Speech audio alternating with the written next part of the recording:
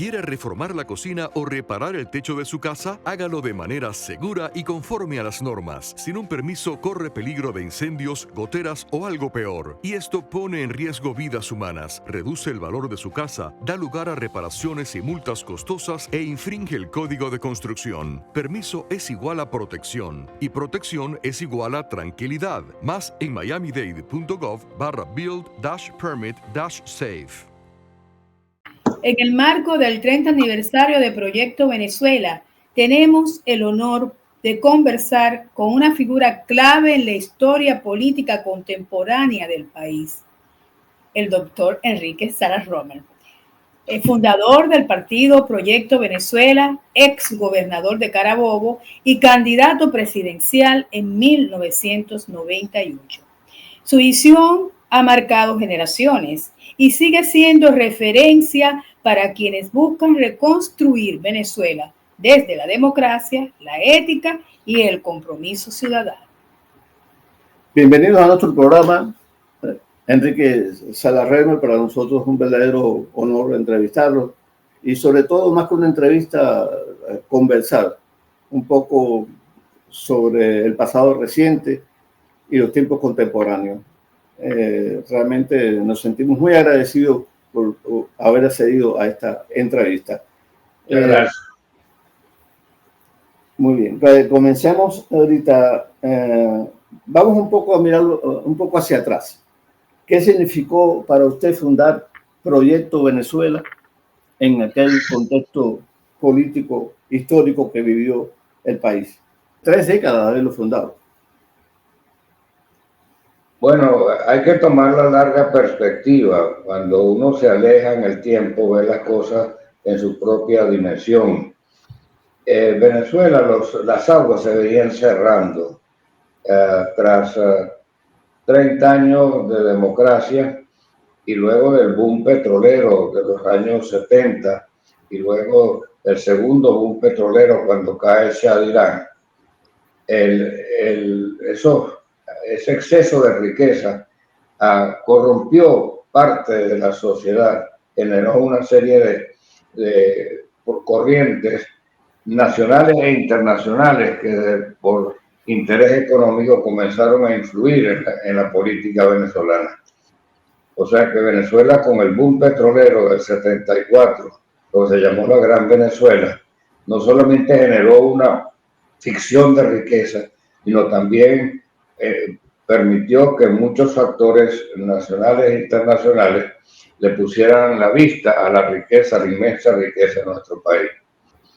En el curso de los años subsiguientes, el ingreso por cápita venezolano subió muchísimo, pero en 1983, al finalizar el gobierno de Luis Herrera Campins, se provocó una corrida de capitales muy grande, corrida especulativa, porque claro, quienes manejan el capital sabían que el petróleo no iba a durar allá arriba tanto tiempo.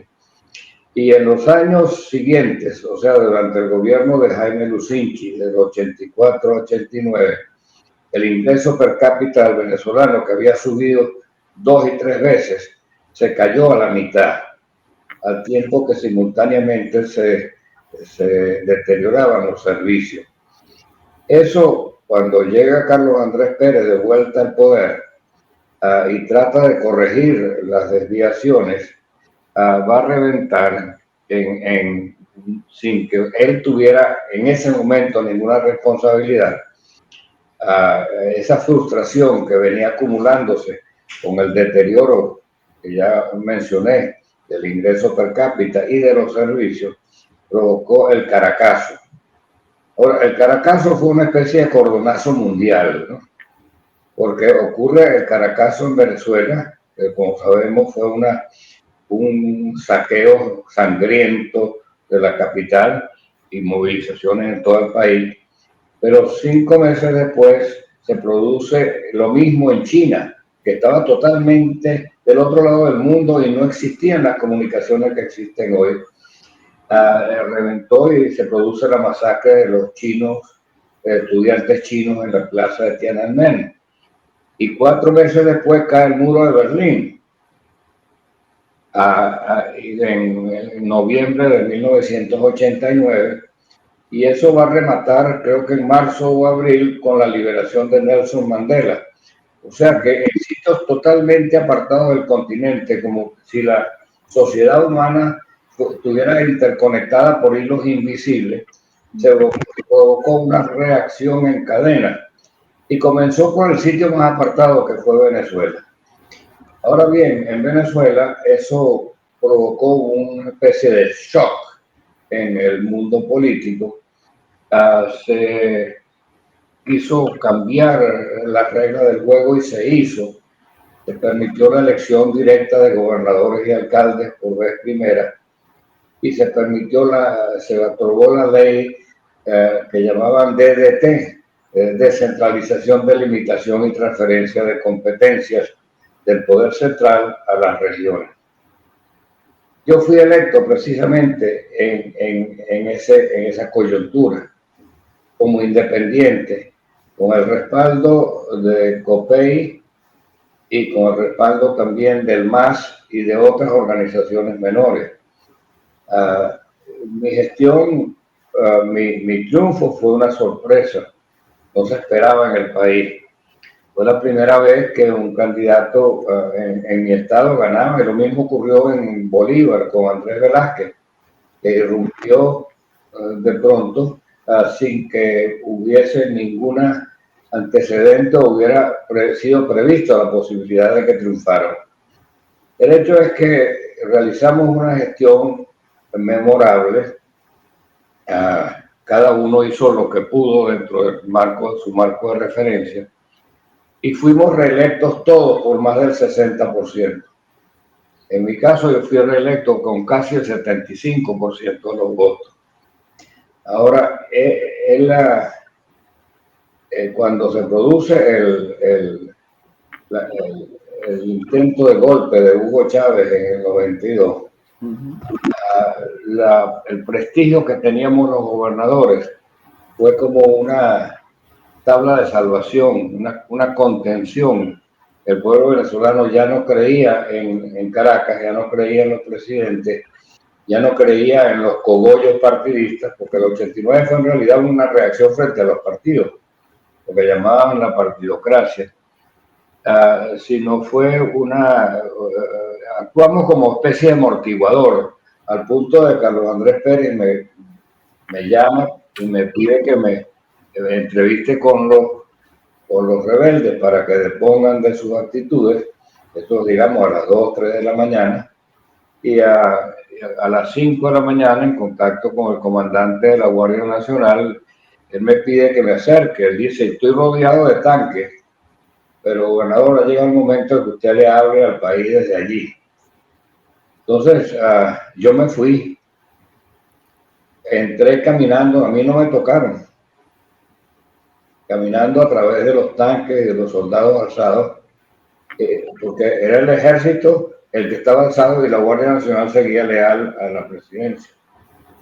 Entonces entré allí y allí negocié con el jefe de un muchacho joven, capitán, que dirigía las fuerzas insurgentes, y lo convencí que regresara al cuartel. En realidad sus quejas al nivel de él, no las de Hugo Chávez, sino a su nivel, tenían que ver con la conducción de las Fuerzas Armadas. Me hablaban de que los altos comandos estaban corrompidos, que se cogían los reales, que ellos dormían, tenían que bañarse con totuma, pues no había agua, no tenían vivienda de guarnición. Y yo me comprometía a proveerle todo aquello, ¿no? Y a resolver ese problema, pero le pedí que regresara y bueno, y en efecto regresó. No me voy a alargar porque fue una jornada bien complicada, pero sí para que ustedes tengan una idea del trasfondo de lo que venía ocurriendo.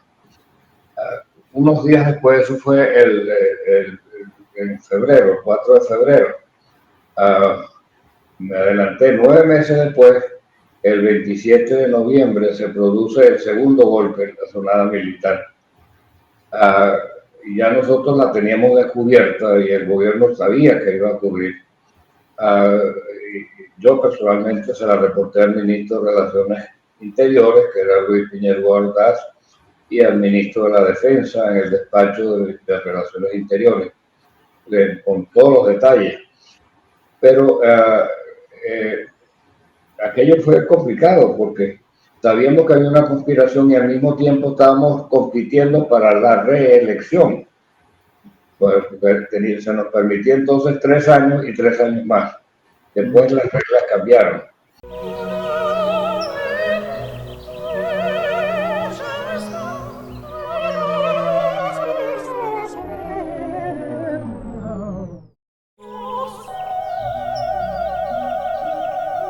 Entonces la elección era, no recuerdo si el 2, 3 o 4 de enero, de diciembre, y el golpe fue el 27 de noviembre, como para impedir que se realizaran las elecciones regionales. Y entonces, bueno, una vez que triunfamos, los gobernadores de todas las tendencias, solo uno fue derrotado. Una vez que triunfamos, ya liberados de la disciplina partidista, que afectaba a muchos, no a mí, sino a otros, que tenían una vida cuya candidatura dependía de la elección de Acción Democrática, o de COPEI o del MAS. Una vez que pudimos convocar a todos los gobernadores y crear la Asociación de Gobernadores de Venezuela.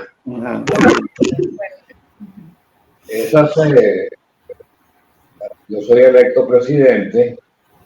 Yo antes viajé a Washington, me reuní con la Asociación de Gobernadores de Estados Unidos, conocí y invité a Venezuela, y vino a Venezuela Johnson I, que había sido Chief of Staff del presidente Bush durante su primer mandato, y bueno, se logró la Constitución, que se constituye el día antes de la batalla de Carabobo, o sea, el 23 de junio de 1993. Cuando llega Johnson I, yo le pido a Pérez, el presidente Pérez, que me reciba con John. Nos vamos a Miraflores, era un sábado, y él nos recibe. Yo le digo, bueno, era el momento en que se estaba corriendo la idea de que a Carlos Andrés lo podían revocar el mandato. Todo dependía de la decisión del Congreso. Carlos Andrés nos recibió con la mayor tranquilidad, como si iba a gobernar eternamente.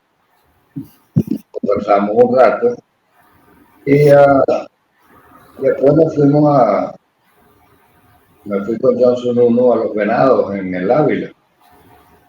Y recuerdo que él parado allí viendo el Ávila a distancia decía, bueno, ya no está Bush, ya no está Mulroney, que era el primer ministro de Canadá, ya no está Helmut Kohl,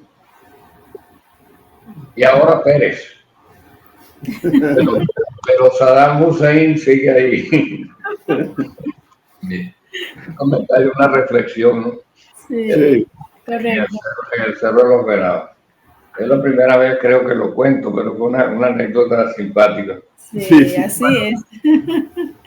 Bueno, el hecho es que viene el proceso, como les dije antes, ganamos casi todos los gobernadores con más del 60%.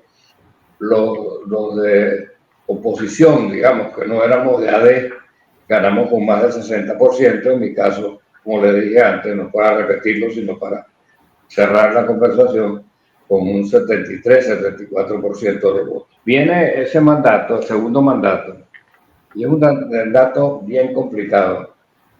Bien complicado. En mi caso, al menos, yo sentí que cuando uno tiene una mayoría tan grande y no hay oposición, el equilibrio es mucho más difícil de mantener. Sí. Uno tiene que tener mucho cuidado, mucho cuidado. Y yo lo tuve, mucho cuidado. Y nosotros tuvimos una estrategia que, basada ya en mi formación filosófica, yo había dedicado muchos años al estudio, primero a partir de literatura que pude obtener en la librería Nuevo Orden, que manejaba Julio González, cerca del Panteón Nacional. Y posteriormente, por circunstancias de la vida, hice amistad y hubo una afinidad muy grande con Arístides Calvani. Entonces, todo aquello me llevó a la convicción de que la doctrina social de la Iglesia, tal como me lo había dicho Calvani, y la doctrina social de la Iglesia tiene un gran vacío, me decía Calvani. Calvani muere y yo me quedo con esa preocupación. Acuérdense que yo no estoy pensando en ser gobernador, yo estoy en el Congreso, yo estoy viendo el deterioro del país, diciendo que hay que encontrar una nueva forma de hacer política. Y allí surge, ustedes deben recordarlo, una forma de gerenciar que se llamó calidad total. Calidad total se basa en que no es importante el producto final, sino el proceso. Que la persona cuando trabaja en una actividad tiene que realizarse a sí mismo, sentirse realizado, sentirse respetado, y también debe tener un sentido de arraigo con aquello que está haciendo. O sea, el sentido de pertenencia y la autoestima y el sentido de pertenencia eran las dos frases allí. Entonces, caramba, lo que busca Arístides Calvani es precisamente lo que está señalando acá, que no tienes que concentrarte en el bien común. La Iglesia hablaba de la dignidad de la persona humana. Estoy hablando y lo traigo a colación porque el nuevo Papa es León XIV y él tomó sus enseñanzas del Papa León XIII, quien a su vez es quien plantea la idea de la dignidad de la persona humana y del bien común, en contraposición al individualismo capitalista que es un individualismo materialista basado en la materia, y el colectivismo materialismo que propugnaban las corrientes socialistas más avanzadas de la época, incluyendo el marxismo. Entonces, ante dos corrientes que son materialistas, el individualismo y el colectivismo, con una gran claridad, León XIII habla de la dignidad del ser humano. Todos somos hijos del mismo Dios. Eso es correcto. Yo lo llevé un poquito más allá. Yo decía, somos hijos de un mismo Dios, ciudadanos de un mismo país, vecinos muchas veces de una misma comunidad, independientemente de nuestro credo, de nuestra raza, de nuestra religión. Nosotros tenemos una hermandad natural que tenemos que respetar, una esencia natural. Entonces, la dignidad de la persona humana yo la traduje en la persona, el respeto al ciudadano. Y el bien común lo olvidé totalmente. Así es, eso es correcto. El bien común sería una consecuencia de que la gente sintiera que era parte del proceso, se sintiera también dignificado. Por eso en las vallas que nosotros publicamos, pusimos en todas las obras, estaba prohibido poner mi nombre, estaba prohibido utilizar mi foto. Incluso en los despachos oficiales estaba prohibido poner mi fotografía, porque unidos pueblo y gobierno, Carabobo avanza, era la consigna. Así es. Sería unidos pueblo y gobierno, Venezuela avanza, era la consigna. Pero yo no estaba pensando en la presidencia, como no había pensado en ser diputado, y fui catapultado por mis avances en el Centro de Análisis Estratégico, se llamó Strategium. Asimismo, siendo diputado, ocurren los acontecimientos que le he descrito, y entonces, de pronto, yo soy postulado porque nadie se atrevía a enfrentarse al jefe de Carabobo, el dueño de Carabobo. Soy postulado y gano la gobernación. pero venía con estas preocupaciones que le vengo relatando. Entonces, cuando llego allí, aparte de mi experiencia gerencial en la empresa privada, aparte de mi trabajo como analista estratégico, aparte de mi formación teosófica, yo tenía, digamos, un bagaje, pero que ahora encontró un cauce, ¿no? Encontró un cauce. Le decía al comienzo que los ríos se venían cerrando en Venezuela y de pronto se nos abrió un espacio. Es como si eran muchos riachuelos, por lo menos en mi caso, que fueron convergiendo, que fueron llevándome hacia la vida pública y después de allí de pronto se abre la experiencia de la gobernación. Entonces, la idea de Unidos Pueblo y Gobierno Carabobo Avanza, la idea del respeto al ciudadano, la idea de que Carabobo es el territorio de lo posible, ¿no? Después sería Venezuela el territorio de lo posible. Pero así como no estaba pensando en ser diputado y fui diputado, sino como no estaba pensando en ser gobernador y fui gobernador, yo no estaba pensando en ser presidente. Pero las circunstancias me fueron llevando del país a esa posición. Bueno, que como debe ser el ascenso humano en cualquier institución, ¿no? En cualquier caso, armado de una filosofía que pudimos llevar a hacer en la práctica. Transformamos a Valencia y a toda la ciudad de Carabobo con la Operación Alegría. La gente se sentía, la gente incluso en sus casas le decía a los niños, vamos, Operación Alegría, y arreglaban sus casas. Sí. Salían a la calle, quitaban el monte, mandaban a pintar sus casas. Bueno, aquello se hizo. Sí, a mí me pidieron que creara un plan porque había mucho desempleo, luego las primeras medidas drásticas que tomó Carlos Andrés Pérez. Pero la vuelco que yo le di fue para embellecer las ciudades, humanizar las ciudades y con ello convocar al pueblo a que gobernara conmigo. La idea era que se sintieran que yo no estaba gobernando solo, sino que éramos unidos pueblo y gobierno quienes estábamos gobernando. Les estoy dando todo digamos, background, ayuda a entender la filosofía con que van a hacer. Sí. Venezuela, que ahora cumple 30 años. Entonces, cuando va a terminar mi mandato, se crea un problema porque todos queríamos, los integrantes de mi gobierno, donde tenían personalidades de mucho mérito, queríamos que alguno de nosotros le diera continuidad a todo aquello que habíamos iniciado. Teníamos un estado, la gente cuando entraba a Carabobo decía, estamos entrando a otro país. Teníamos, todos los años fuimos campeones juveniles nacionales en el deporte. Eso levantó la autoestima.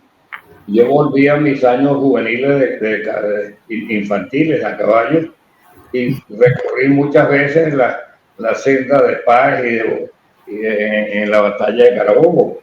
Y cada día convocábamos más jinetes de todo el país, caballistas, gente del campo. Es decir, la idea de revivir los valores autóctonos del venezolano, de promover la cultura, de hacernos sentir orgullosos de lo que somos, ¿no? Y al mismo tiempo sentir que todos éramos parte de una gesta, una cosa muy importante. Y en ese momento empezaron los cogollos partidistas a quererle cerrar el paso a ese proceso. Les hablé que se abrió y entonces de repente se cerró el paso. Se cerró el paso. Entonces, al cerrarse el paso, nosotros no teníamos manera de continuar, porque ustedes recordarán que se requería una tarjeta de un partido para poderte postular. Sí, así era. Y bueno, incluso se falsificaron encuestas, porque, bueno, esta es una cosa familiar, se los relato y ustedes lo meten en la medida que lo consideren inconveniente. Pero nuestro hijo, Enrique Fernando, le gustaba la política, tanto así que él abandonó su cargo en la empresa privada para acompañarme en la primera campaña Y después yo le pedí que regresara a Caracas para que no se contaminara con tanta gente que quería utilizarlo como mecanismo para llegar a mí. Pero él siguió los fines de semana recorriendo las zonas populares. Fue electo diputado para para tomar mi lugar. Tuvo una posición relevante en el momento que la quiebra de los bancos en el Congreso, y después es electo gobernador. Pero tomen en cuenta que nunca había sido electo por voluntad popular ningún hijo gobernante en el mundo entero. Eso no entiende, porque generalmente lo miran como hijo de papá. Entonces, tal era la situación nuestra. Enrique Fernando, pese a los ruegos nuestros que esperaban unos años, seguía recorriendo los barrios, y llegó un momento en que mis encuestas, yo he tenido un centro de análisis estratégico, he tenido una encuestadora, me decía que estaba encima del candidato natural de Copey, que era Argenis Ecarri, que era alcalde de la ciudad. Pero él estaba encima.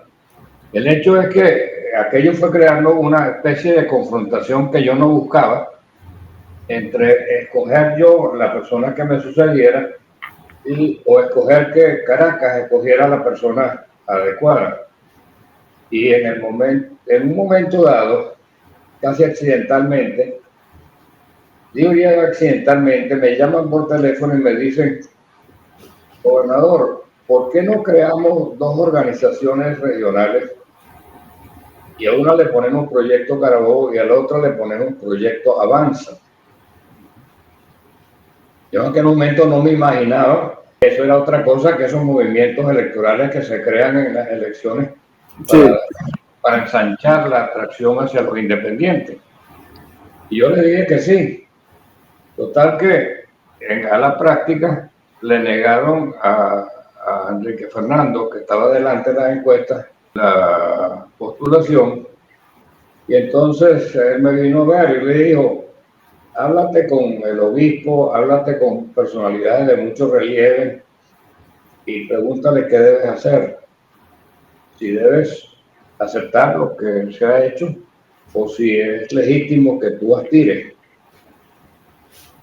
A las 2 semanas volvió: papá, todos quieren que yo continúe.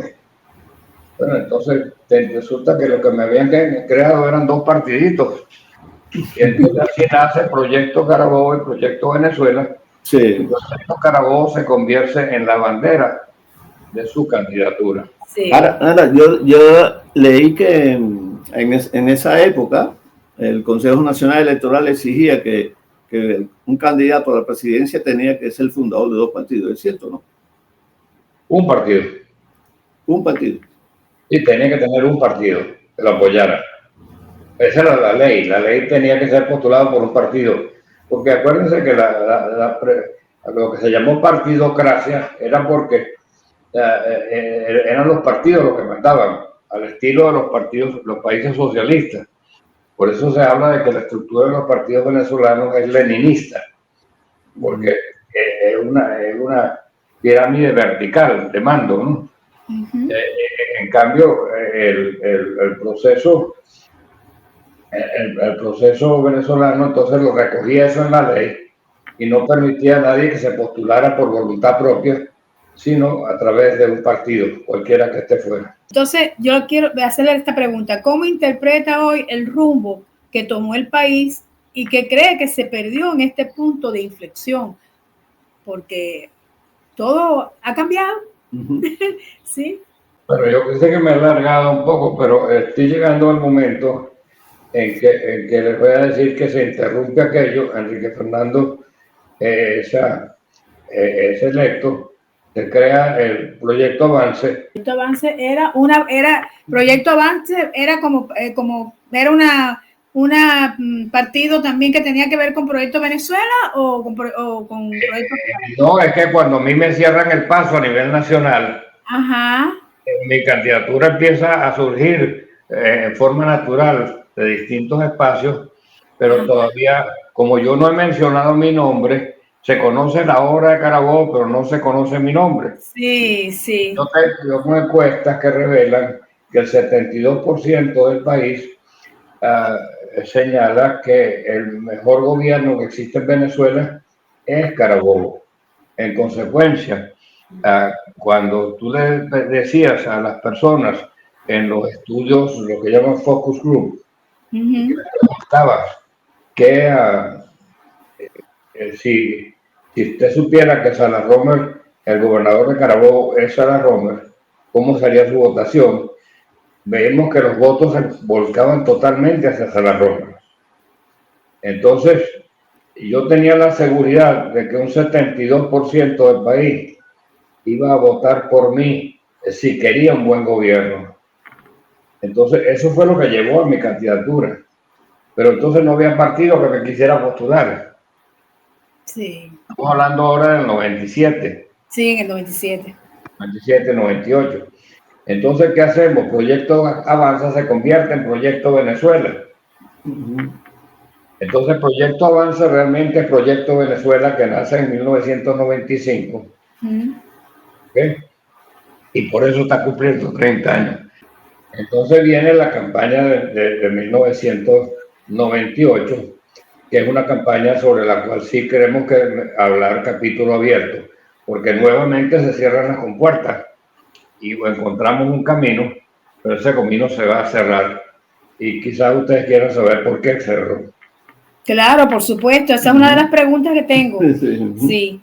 Y la otra pregunta mía es sobre, desde esa perspectiva que usted vio cómo el país se estaba deteriorando, ¿qué cree usted que podría ocurrir hoy en Venezuela considerando el contexto nacional e internacional? Bueno, entonces, recuerden que al comienzo yo les hablé de que a raíz del boom petrolero del 74, los intereses internacionales empezaron a ponerle la pupila a Venezuela. Y en 1997-98 los precios del petróleo se vinieron abajo. En Venezuela llegó el petróleo llegó a bajar a $8. Y a nivel internacional, el West Texas Intermediate, que tiene un precio un poco más alto, el petróleo venezolano es más pesado, llegó a bajar a $12.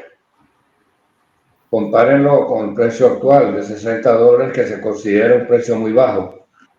Entonces, eso fue lo que provocó la caída de la Unión Soviética y antes la de Shah de Irán, y provocaría el Caracazo. Se estuvo volviendo hacia atrás. Esa caída de los ingresos. Pero en el 98 se había agudizado. Primero subió y después vino la caída. Se había agudizado. Y el petróleo cayó a niveles mínimos. Por eso, mientras en Estados Unidos estaban nadando el gobierno de Clinton, fue de un crecimiento permanente de 4 y 5% de la economía americana, y se considera un milagro. No, él tenía el precio del petróleo a $10, a $12. La energía no costaba nada. En cambio, los países que dependían del petróleo, incluyendo Rusia, incluyendo Irán, incluyendo Venezuela, y no habían tomado previsiones, fue el caso de los tres. Distinto a Arabia Saudita, que creó su fondo soberano, o en Noruega, que creó su fondo soberano. Entonces cayeron en una situación, una picada. Entonces los intereses petroleros mundiales comenzaron a gravitar sobre la elección venezolana. Y nosotros tenemos suficientes evidencias, aunque son indirectas y no comprobables, tejiendo hilos de que la elección venezolana del 98 fue una elección con un fuerte acento geopolítico. Hay factores, por favor no lo mencionen, pero se los voy a mencionar a ustedes. Ustedes hablen de una fundación, pero yo se lo voy a decir descarnadamente para que lo tengan. La Fundación Rockefeller tenía a Gustavo Cisneros como representante en Venezuela. Y la Fundación Rockefeller también era propietario de fuertes intereses en British Petroleum.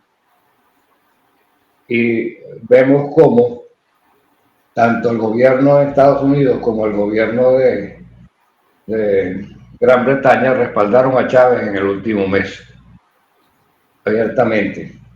Entonces, pienso yo hoy, eso en mi libro no lo escribí en forma tan explícita, que no solamente se movieron intereses locales en Venezuela, sino que hubo una gran confabulación, porque se vio en Chávez que se tuteaba con los jeques árabes como un factor más importante para subir los precios del petróleo a nivel mundial.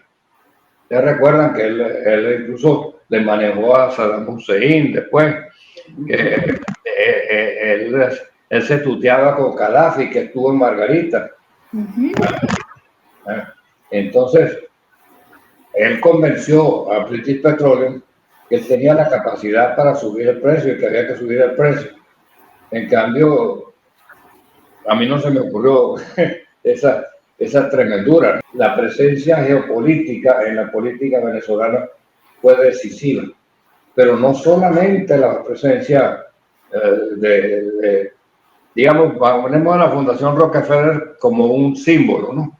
Se maneja con mucha discreción, pero por supuesto buscan su objetivo económico.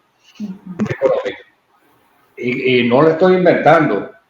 John Maisto, el embajador de Estados Unidos, desayunó con Alberto Franceschi y Julio Castillo, y allí les confesó que ellos no podían permitir que Chávez perdiera.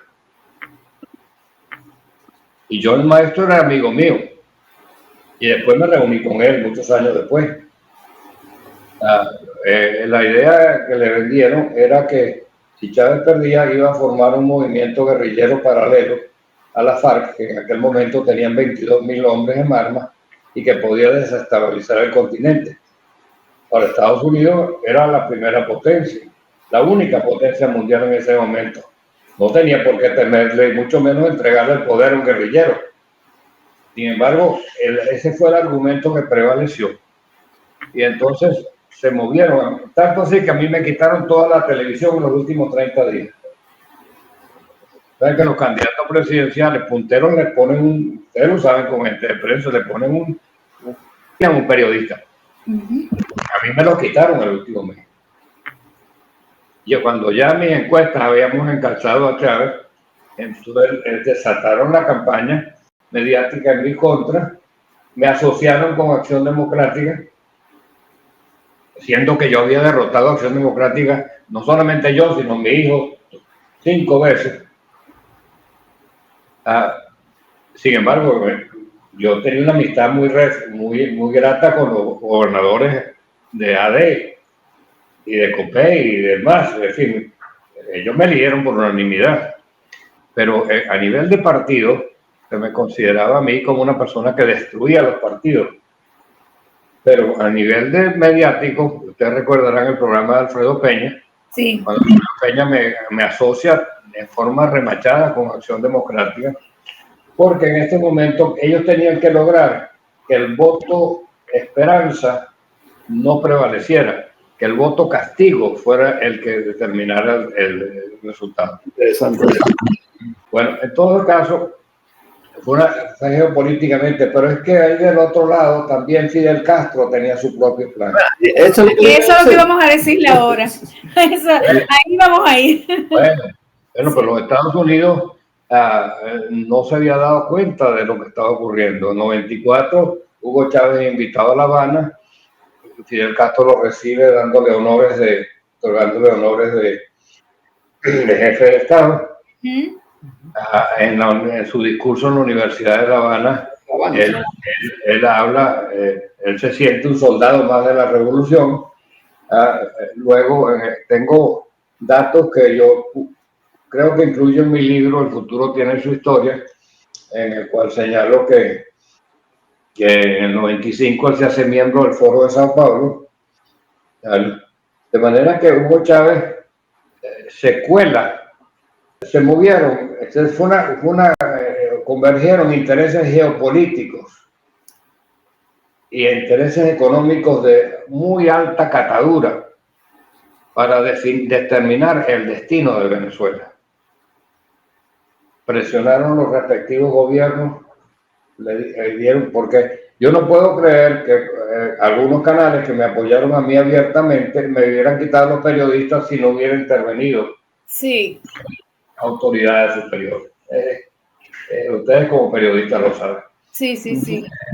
Tiene que haber habido una fuerza muy alta. En todo caso, lo que quiero hacer el énfasis es que Chávez no llega solamente por sus cualidades, que las tenía, pero yo lo dejé correr, porque yo en eso sí soy experto. ¿Sabes que hay en las carreras de caballo? Hay caballos que corren adelante, punteros, y hay que corren atrás. Yo soy siempre de los que corre atrás y remata. Y por eso yo dejé que el desgaste de la carrera lo hiciera primero Irene y después Hugo Chávez. Sí. Y cuando empezaron a caer, fue que yo entré a televisión, tanto que yo inicio mi campaña no el 8 de agosto como los demás candidatos, sino el 3 de septiembre. El 3 de septiembre.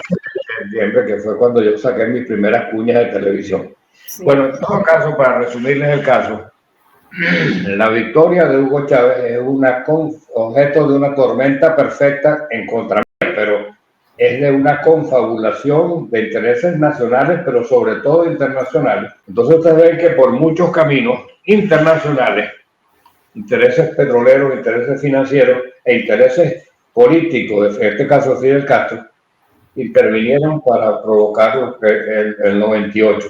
Ese viraje de Venezuela, ese cierre de camino y nueva dirección es totalmente agenciado por factores fundamentalmente exógenos.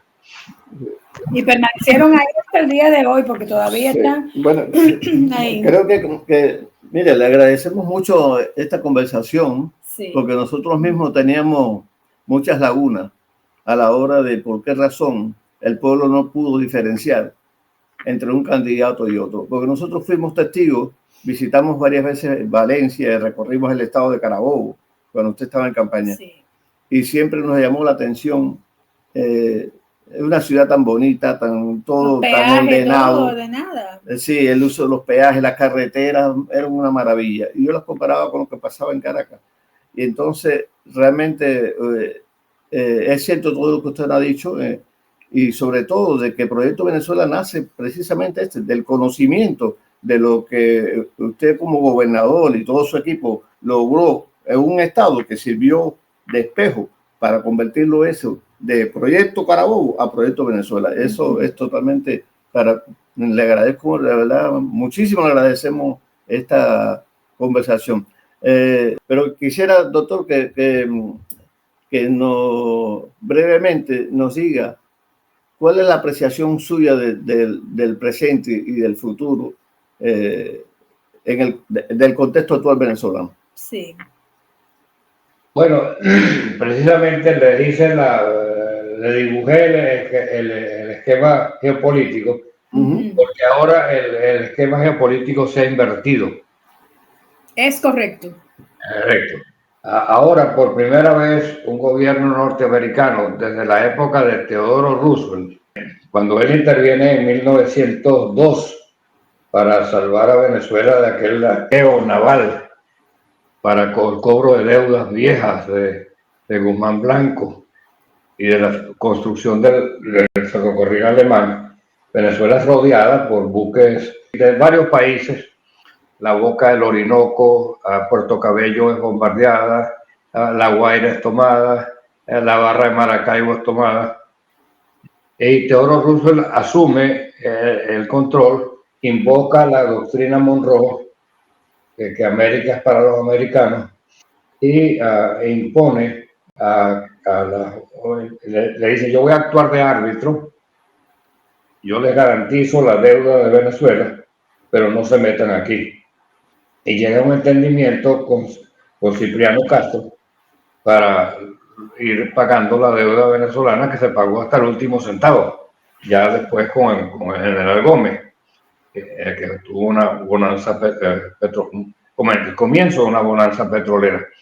Bueno, en todo caso, eso ha renacido ahora a la luz de un proceso, un cambio radical en las prioridades geopolíticas.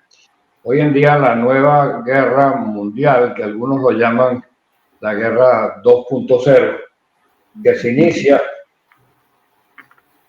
a consecuencia del impacto emocional del ataque de las Torres Gemelas, pero que tiene su punto físico de encuentro con la ocupación de Irak por parte del ejército norteamericano. Esa guerra comenzó una guerra asimétrica y hoy en día es una guerra híbrida, pero en el contexto geopolítico se está librando en bloques separados. Hay un bloque que tiene que ver con el escudo protector de Estados Unidos y tiene que ver con las vías marítimas y tiene que ver también con la escasez de minerales raros. Es una respuesta a que China tiene no solamente tenía control administrativo del Canal de Panamá y el puerto de Mariel en Cuba, sino que también ha inaugurado un puerto fundamental en Chacay, a 70 kilómetros al norte de Lima, Perú, para abastecer toda la costa pacífica y a través de la carretera interoceánica que llega a Brasil, toda la costa pacífica, y presumiblemente para tener acceso a todos los minerales raros que hay en Argentina y Chile, sobre todo, o sea, en el cono sur. Entonces, todo esto configura una fase de la guerra, una guerra que tiene su carácter financiero, tiene su carácter cultural, tiene su carácter económico, pero desde el punto de vista geopolítico hay un bloque aquí, hay otro bloque en Europa y Estados Unidos. Ustedes que Estados Unidos está tratando que Europa se ocupe de Ucrania. Sí. ¿Okay? Y Israel se ocupe del Medio Oriente. Uh-huh. Y está forzando ahorita a Modi para que China, la India, se ocupe de China. Uh-huh. Entonces, en ese marco general, la presión geopolítica lleva a que se confabule en favor de una salida democrática. Y surge la figura de María Corina Machado, que ha sido, yo la describo a ella en términos geométricos. Ella es vertical, como persona íntegra, es racional como un triángulo y es maternal como el círculo. Y cuando logró esa dimensión maternal, al ser obligada a transitar las carreteras abandonadas de Venezuela, la gente vio esa faceta que no conocía de ella. No se conocía. Conocía su integridad, conocía su prestigio, pero no conocía su corazón. Y ahora tenemos una mujer que, gracias a Dios que es una mujer, porque es una circunstancia especial para una mujer, para que Venezuela nazca en el regazo de una mujer, porque es un país que se siente abandonado, que se siente minusválido, que se siente disminuido y está disminuido. Los niveles de escolaridad son terribles, los mayores talentos se han ido del país. Venezuela, la llamada diáspora venezolana, a mí no me gusta la palabra diáspora, pero bueno, ya no la encasquetaron. Manera que es la de más alto nivel de educación y no todos van a regresar al país en este momento. Entonces, pero hay una concentración, una confabulación, una confabulación no es la palabra, una concreción de prioridades. Sí. Que así como ayer llevaron a buscar por intereses políticos y petroleros el ascenso de Hugo Chávez, hoy están llevando inexorablemente al triunfo de María Corina Machado por intermedio del Mundo González Urrutia, un buen hombre, pero que realmente tiene el liderazgo del país, pues sabemos que es María Corina. Hoy cerramos esta entrevista con una profunda convicción de que Venezuela no está atrapada en su presente, ni condenada a su pasado, como lo expresa magistralmente el título del libro del doctor Enrique Salas Remmer. El futuro tiene su historia. Nuestro país está a punto de comenzar a escribir las páginas más luminosas del destino. Así que muchísimas gracias, doctor, por compartir con nosotros. Yo sé que no le gusta que le llame doctor, pero debo llamarle doctor porque es un doctor.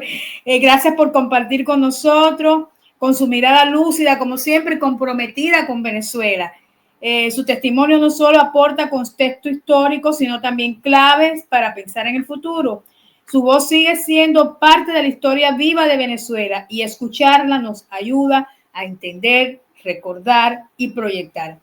Así que ha sido todo un honor tenerlo con nosotros. Estoy muy contenta.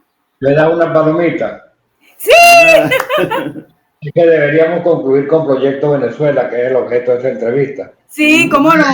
Sí. En ese contexto, el proyecto que le he descrito, Proyecto Venezuela, vivo en todos los rincones del país, porque hay unas organizaciones, gente como familia, nos hemos ido agrupando y nos mantenemos en permanente contacto. Sigue vivo, porque es más que una organización partidista convencional. Proyecto Venezuela es una estructura unida por lazos de amistad, de familia, pero también por lazos de formación ideológica. No somos gente de cosas, sino de causas. El vecino siempre viene primero, no quitarle el protagonismo a los líderes sociales, lograr que todos sean parte de un mismo proceso. Eso es ser un cauce para causas grandes. Si ustedes ven las encuestas, si se hicieran encuestas, verán que la relevancia del Proyecto Venezuela entre el mini espacio que tiene un partido político es bastante elevado hoy en día, y es a consecuencia no de una estructura orgánica en el marco, en la forma tradicional o de maquinaria, sino de un sentimiento que sigue vivo en Venezuela. Dejamos un bonito recuerdo y creo que ese es el punto de partida para hacer un puntal de apoyo a los que vean, a lo que pueda venir. Que lo va a ver muchas personas. Y la verdad que nosotros nos sentimos muy orgullosos de haber formado parte de la campaña con usted. Así que me tocó hasta ir nos tocó también La Guaira en ese tiempo. Así que ha sido todo un placer. Nos queda pendiente el libro. Vamos a hablar del libro.